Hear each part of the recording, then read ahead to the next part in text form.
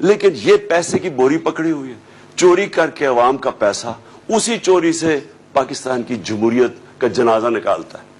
ہر election کے اندر یہ پیسہ چلاتا ہے, چاہے گلگت بلتستان میں ہو, آزاد کشمیر میں الیکشن ہو, سینٹ الیکشن میں ہو, صرف اور صرف چوری کے پیسے سے, بلیک کے پیسے سے یہ جمہوریت کو خریدتا ہے. اور پھر وہ رات سے ہمیں پتا چل گیا کہ اس کی کوئی گیم چلا رہا ہے یہ آ کے. میں نے آپ کو کل رات آپ سے بات چیت بھی, آپ سے عوام سے بھی بات کی کہ ہمیں پتا تھا کہ اب عوام نے جس طرح کا مینڈیٹ دیا, ہمیں پتا تھا کہ اس نے کوئی گیم کرنی ہے. اور آج جو ہوا ہے, میں اس لیے حیرت میں ہوں ابھی تک کہ یہ اسمبلی انہوں نے کیا کیا ہے. یعنی میں یہ سمجھتا ہوں کہ یہ جو لوگ ہیں, یہ جو مافیا, یہ پولیٹیشنز نہیں ہیں, یہ کتنی حقارت سے پبلک کو دیکھتے ہیں. یہ سمجھتے ہیں عوام بھیڑ بکری ہیں.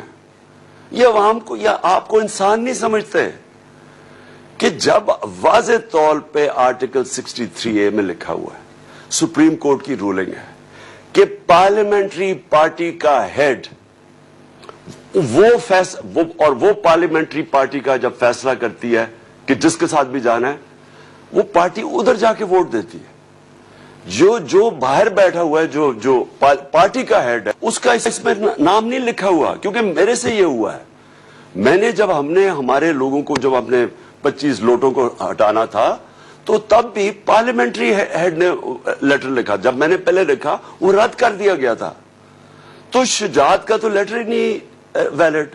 اس لیٹر کے اوپر یہ جو شخص ہے, یہ جو بنا ہے اسپیکر, کوئی شرم نہیں آتی اسے کہ ووٹ ڈل گئے ہیں. جمہوریت اور کیا ہوتی ہے؟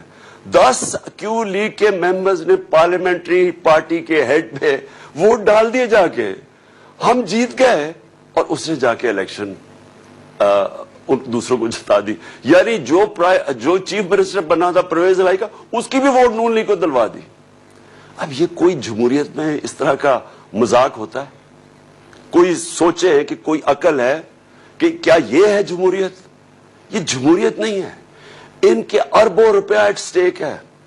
یہ لوگ اس ملک کو لوٹنے آتے ہیں. ان کا کام ہی کیا ہے کہ تھانے میں گندے آفیسز رکھواؤ, وہ لوگ کانٹریکٹس لو, پیسے بناؤ, ریل اسٹیٹ کے اندر مال بناؤ. ان کا اور کوئی انٹرسٹ نہیں ہے, عوام سے کوئی ان کا تعلق نہیں ہے. جو انہوں نے آج کیا ہے, مجھے سب سے بڑا افسوس یہ ہے کہ ہماری آگے معیشت کا برا حال ہے. جس طرح کے ہماری جو اکانومی نیچے جا رہی ہے, اور جو دن بدن یہ جو صورتحال بنتی جا رہی ہے, معاشی بحران بڑھتا جا رہا ہے, اس سے مزید اور بڑھے گا. اب یعنی یہ جو اوپر بیٹھ گئے ہیں, یہ کیا, یہ لوگ مان جائیں گے اس کو؟ اور میں ساری اپنی آپ قوم کو پھر کہہ رہا ہوں, دیکھیں, میں نے جو اپنی پارلیمنٹری ڈیموکریسی تھی برطانیہ میں دیکھی ہوئی ہے. میں 18 سال کی عمر سے 20-25 سال ان کی جمہوریت اندر سے سٹڈی کی ہوئی. دیکھیں, پرامن احتجاج, جب تک آپ پرامن احتجاج نہیں کریں گے, میں کبھی نہیں کہتا کہ کوئی قانون اپنے ہاتھ میں لے, میں یہ نہیں کہتا توڑ پھوڑ کرو. آج آپ سب کو پرامن احتجاج کرنا چاہیے.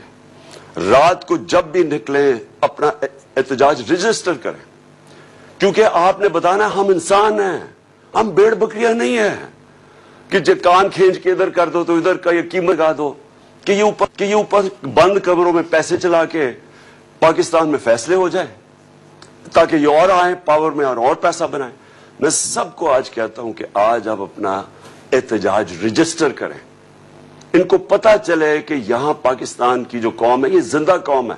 اور میں نے جو پچھلے 3 مہینے میں دیکھا ہے, میں نے اپنی ساری زندگی اس ملک میں بڑا ہوا ہوں 26 سال سے, جس طرح میں نے کہا میں پالیٹکس میں نے کبھی اس طرح کی بیداری قوم میں نہیں دیکھی, سیاسی شعور اپنی قوم میں نہیں دیکھا جو میں نے ان 3 مہینے میں دیکھا.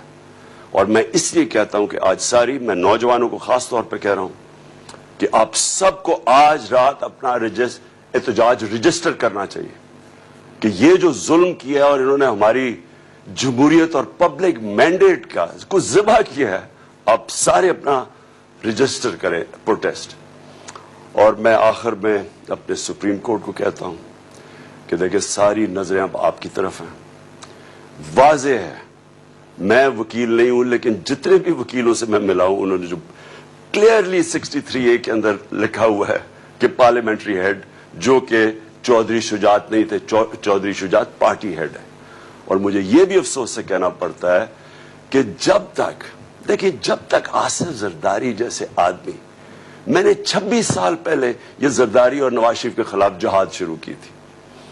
یہ لوگوں کو جب تک ہمارا انصاف کا نظام نہیں پکڑے گا، میں کہتا تھا کہ میں ان کو NRO نہیں دوں گا، میں کیوں بار بار کہتا رہا 3.5 سال پورا میرے اوپر پریشر ڈالا گیا کہ ان کو NRO دے دوں، میں بار بار کیوں کہتا رہا ہوں. دیکھیں میری تو زندگی آسان ہو جانی تھی، NRO دے دیتا انہوں نے چپ کر جانا تھا، کیونکہ آپس میں 10 سال انہوں نے حکومت تو کی ہے، دونوں نے ملک لوٹا، مہنگائی کی، کچھ کی، کوئی فرق نہیں پڑا، دونوں مل کے کھا رہے تھے.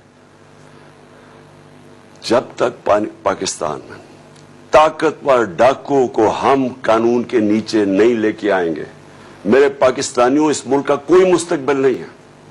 آپ یہ ذہن میں سے ہٹا دیں کہ ہم کوئی بڑی قوم بن جائیں گے جب تک صرف چھوٹے چور جیل میں جائیں اور بڑے ڈاکو اس طرح کر کے رشوت دے دے کہ لوگوں کو سب کے سامنے قوم کے خریدیں. یاد رکھیں ہمارے بچے دیکھ رہے ہیں اس چیز کو. یہ کبھی بھی یہ قوم آگے نہیں بڑھ سکتی. اور میں بار بار مجھے وہ حدیث یاد آتی ہے جو ہمارے نبی صلی اللہ علیہ وسلم نے کہا تھا کہ تمہارے سے پہلے بڑی قومیں تباہ ہوئی جدھر صرف چھوٹے چور جیل میں جاتے ہیں اور بڑے ڈاکو کو قانون آپ کا نہیں پکڑ سکتا. یہ آپ کے سامنے مثال ہے کہ ایک پوری جمہوریت کو پہلے انہوں نے گرایا، باہر کی سازش کے ساتھ پیسہ چلا کے، چوری کا پیسہ، آپ کا پیسہ، پہلے گورنمنٹ گرائی اور اب جب گورنمنٹ بنانے آ رہے ہیں پھر پیسہ چلا دیا ہے اس نے گورنمنٹ کے اوپر، لوگوں کو خرید لیا. اور اگر ہم ان لوگوں کو نہیں پکڑیں گے، ہم بار بار ان سے ڈیلز کریں گے، کچھ کریں گے، یہ کبھی اس ملک کو آگے نہیں بڑھنے دیں گے، کیونکہ ان کا مقصد کچھ اور ہے. ان کا مقصد پاکستان نہیں، ان کے تو پیسے باہر پڑے ہوئے ہیں. جیسے جیسے روپیہ، میں نے کل بھی کہا تھا، جیسے جیسے روپیہ گرتا رہے گا ان کی دولت میں اضافہ ہوتا رہے گا. ان کے تو ڈالرز میں پیسے پڑے ہیں، روپیہ گرے گا ڈالر اور تکڑا ہو جائے گا، ان کے پاس تو اور پیسہ، ان کی دولت بڑھ جائے گی. پیسے ان کے اربوں ڈالر باہر پڑا ہوا ہے. میں آج پھر سے سب کو میں کہتا ہوں، آج آپ سب نے پرامن احتجاج کرنا ہے اور بتائیں کہ آپ زندہ قوم ہیں. رجسٹر کریں اپنا پریزیڈنٹ، موبائل فون پہ بتائیں قوم باہر نکلی ہوئی ہے. ہم یہ ایکسپٹ نہیں کرتے.